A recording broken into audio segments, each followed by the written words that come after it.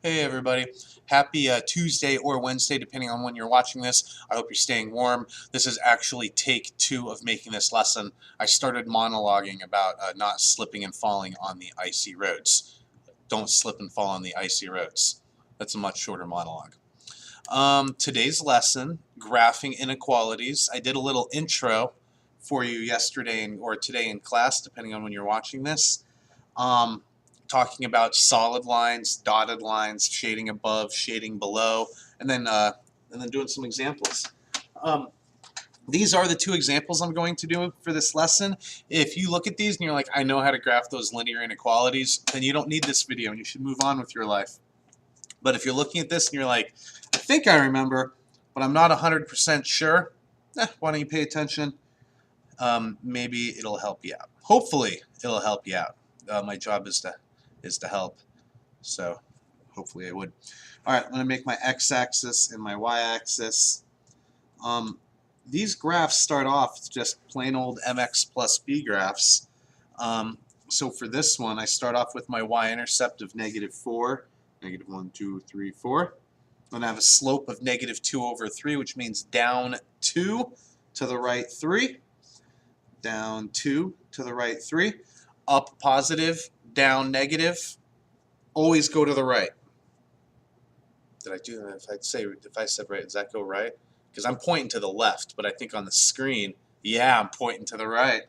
All right. But now that's so we have these dots. We need to connect them because it is greater than and there's no equal to attached to it. We would attach these lines with a dotted line.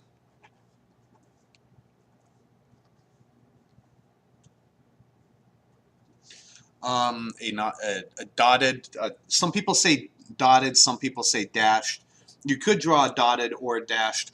I tend to say dotted, but draw a dash, and that's okay. Then last thing, this says y is greater than this than -2x plus 3. So because it's greater than, we need to shade above. So so I shade above, and I like to, when I do my shading, I like to do my shading parallel to the line. Does it have to be that way? No, I just like it that way. And that's my first graph. Y is greater than -2/3x minus 4. Now, example 2. I'm not going to graph this one quite yet because this is not in y equals mx plus b form the way that number 1 was. So I need to algebraically solve this equation for y first. So this is how I'm going to do that. First I'm going to subtract 2x from both sides, and that'll leave me -5y is greater than or equal to -2x minus 15. And then when I divide everything by -5, as we have talked about in the last couple days, that does cause your inequality to flip over. I have y is now less than or equal to 2 and 5 do not divide evenly, but a negative divided by negative is a positive. So positive 2 over 5x and -15 divided by -5 is a positive 3. So the graph that I'm going to actually graph, the line I'm actually going to graph, is y is less than or equal to 2 over 5x plus 3. I'll write number 2 and fold this piece over so number 1 isn't blocking my wonderful viewers' view. Okay, I need an x-axis and a y-axis.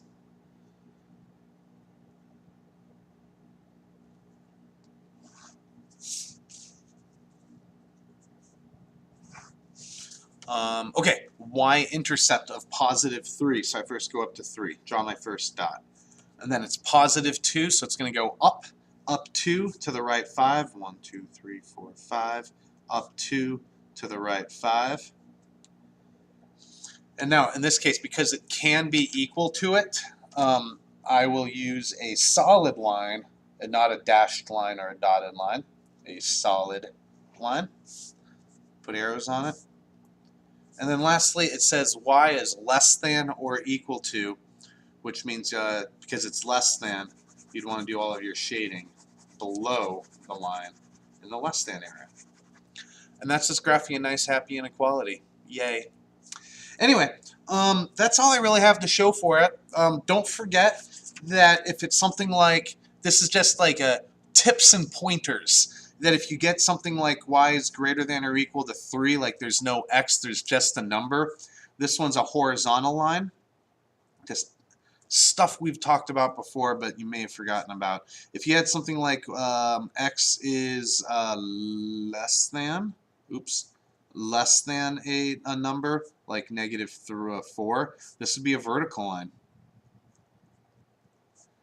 And then lastly, if you got something like y is less, oh no, we already just did a less than. Let's say y is greater than, just greater than, not equal to 2x.